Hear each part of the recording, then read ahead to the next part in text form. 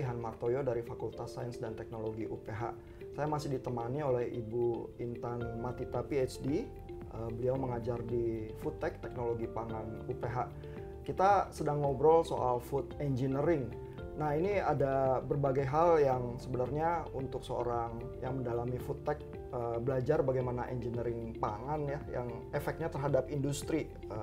Ini khusus industri es krim itu bagian food engineering apa Bu yang berpengaruh penting? Iya, jadi kalau belajar di teknologi pangan itu mahasiswa akan memperoleh basic knowledge ya istilahnya di principle of food engineering, jadi prinsip teknik pangannya lah. Nah, salah satu yang kita ajarkan ke mahasiswa itu untuk prinsip teknik pangan itu adalah misalnya perhitungan raca massa atau mass balance gitu. Jadi mahasiswa harus bisa menghitung berapa massa yang masuk ke dalam sebuah proses, kemudian berapa yang keluar gitu ya. Kalau kita asumsikan itu prosesnya steady state, maka yang masuk sama dengan yang keluar gitu kan. Jadi kalau misalnya masuk 100, yang keluar hanya 80, berarti oh ini ada 20 nih yang terbuang gitu ya, atau misalnya jadi hasil sampingnya gitu. Nah, apa itu? Itu kita jadi mahasiswa untuk bisa menghitung itu gitu. Dan karena kita dealing sama sistem yang produk pangan itu kan kompleks ya, nggak hanya terdiri dari air aja, tapi juga ada lemaknya, ada proteinnya, ada karbohidratnya gitu. Jadi ketika kita bicara mass balance itu kita juga harus mempertimbangkan sisi atau fraksi dari padatannya itu yang adalah ya macam-macam, protein, karbohidrat dan lain-lain gitu. Nah, aplikasinya mungkin kalau di industri, saya ambil contoh di perhitungan misalnya di es krim waktu itu kebetulan memang saya ada pengalaman juga. Jadi kita bisa menggunakan prinsip mass balance ini untuk menghitung atau untuk melihat titik-titik mana dalam sebuah proses yang menghasilkan limbah lebih besar dari titik-titik proses yang lain gitu misalnya. Jadi kalau di industri es krim yang saya ada pengalaman ini, itu mereka sebetulnya cukup visioner ya, mereka punya visi menjadi sebuah perusahaan atau pabrik yang istilahnya green gitu ya, punya green energy. Jadi mereka berusaha menghasilkan energi yang kemudian mereka pakai lagi untuk proses mereka gitu. Nah, energi yang mereka hasilkan ini dari limbah es krimnya mereka nih gitu. Jadi waktu itu saya terlibat di tahapan-tahapan awal dari pembentukan biodigester ini. Di mana saya diminta untuk sebagai waktu itu saya seorang mahasiswa ya, mahasiswa teknologi pangan, saya diminta untuk menghitung di keseluruhan proses mana yang tadi menghasilkan limbah paling besar gitu, karena kan nanti limbahnya akan kemudian dialihkan ke biodigester yang kemudian akan menghasilkan energi untuk nanti dipakai running proses produksi es krim itu lagi juga sebenarnya, jadi lebih sustainable gitu. Jadi itu contoh aplikasinya sih dari ilmu prinsip teknik pangan yang dasar, yang teori di dalam kelas, tapi kita ketika masuk ke industri ternyata kita bisa pakai teori itu secara nyata, kita bisa aplikasikan gitu untuk proses produksi sebuah produk pangan. Iya, jadi kalau belajarnya untuk pabrik jadi memang harus memperhatikan hal-hal itu ya. Betul. Di dalam kasus pabrik es krim itu ya akhirnya bagian mana ya yang ternyata bisa menghasilkan limbah itu terus dimanfaatkan ulang? Iya, jadi kalau waktu itu sih kemarin, jadi ada 2 jenis limbah ya kalau kita bicara di proses pengolahan produk pangan.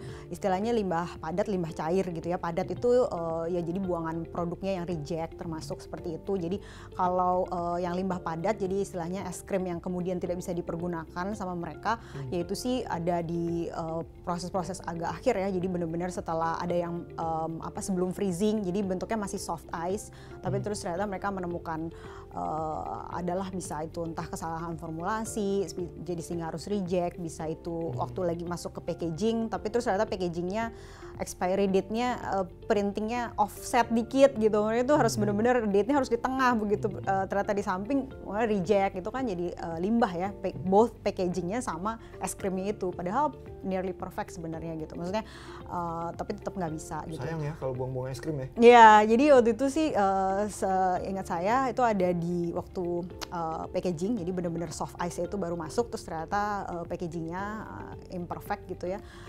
atau waktu sebelum freezing gitu, jadi benar-benar masih jadi adonan gitu istilahnya, tapi ada sebuah kesalahan itu akhirnya nggak kepake, itu bisa. Sama yang banyak itu sebenarnya adalah dari limbah cair abis cleaning, jadi itu kan tangki-tangki batch, mereka kan batch, mereka mau nggak continuous, produksinya sih running 24 jam gitu ya, tapi ganti flavor kan cleaning dong gitu. Nah cleaning itu juga limbahnya besar, limbahnya banyak gitu, limbah cairnya dalam bentuk ya air ya. Di situ ada es krimnya juga di situ padatan. Jadi itu sih yang kemarin akhirnya nyumbang paling banyak limbah, proses-proses yang seperti itu gitu contohnya. Itu kalau katakanlah es krim KW yang terakhir itu nggak bisa ada secondary market atau apa ya untuk barang rejekan gitu? Sebetulnya dijual murah di perusahaan itu sendiri, jadi di kantinnya kayak mereka punya kayak kooperasinya gitu. Itu mereka jual murah sih untuk yang tadi kayak saya bilang, jadi yang printing expiry date-nya offset gitu ya, sebenarnya nggak ada masalah sama es krimnya, benar-benar cuma kesalahan packaging tapi jadi nggak bisa dijual. Mereka jual harga modal istilahnya. Jadi misalnya untuk bikin 1 cup modalnya berapa sen, ya 50 sen, terus udah mereka jual 50 sen. Ini kan gitu. Es krim bermerek ya? Iya, yang sebenarnya kalau kita beli ya mungkin ya jauh berkali-kali lipat dari itulah gitu harganya. Kalau yang dijual itu hasil cleaning mah itu nggak bisa ya? Nggak bisa, yang udah ada yang terkontaminasi gitu juga bisa. Jadi waktu itu kan kalau di es krim freezingnya itu kan pakai larutan garam ya, pakai brine. Nah waktu itu leak, bocor. Jadi si brine solutionnya ini, larutan garamnya ini bocor masuk ke satu batch es krim tertentu itu gitu. Jadi ya udah akhirnya ya satu batch itu buang semua gitu. Jadi itu udah sekian produk kan gitu. Cuman kalau yang kayak gitu ada opsi juga alternatif untuk jadi pakan ternak sebenarnya. Jadi karena waktu ini industrinya kebetulan di luar negeri, jadi disumbangkan gitu istilahnya ke peternakan di sekitar lah, di area gitu. Tapi berarti peternakan sekitar dapat supply yang terus menerus dari limbah itu ya? Betul. Itu dijual atau sekian ton gitu. Disumbangkan gitu aja ya? Saya nggak yakin deh kalau maksudnya itu dijual atau benar-benar disumbangin aja. Tapi yang pasti sih pokoknya setiap hari at the end of the day itu ada lah yang ke peternak. Gitu, ternak elit ya, makanya es krim elit. Ya. Nah tapi terus karena visinya mau punya sustainable proses itu, akhirnya sebagian juga sekarang dialihkan ke biodigester ini gitu. Di dalam biodigester ya udah jadi energi habis itu. Jadi dari limbah es krim itu sama mikroorganisme jadi energi. Energinya dipakai untuk pabriknya itu lagi. Iya, energinya dipakai untuk pabrik itu lagi. Jadi sustainable lah gitu.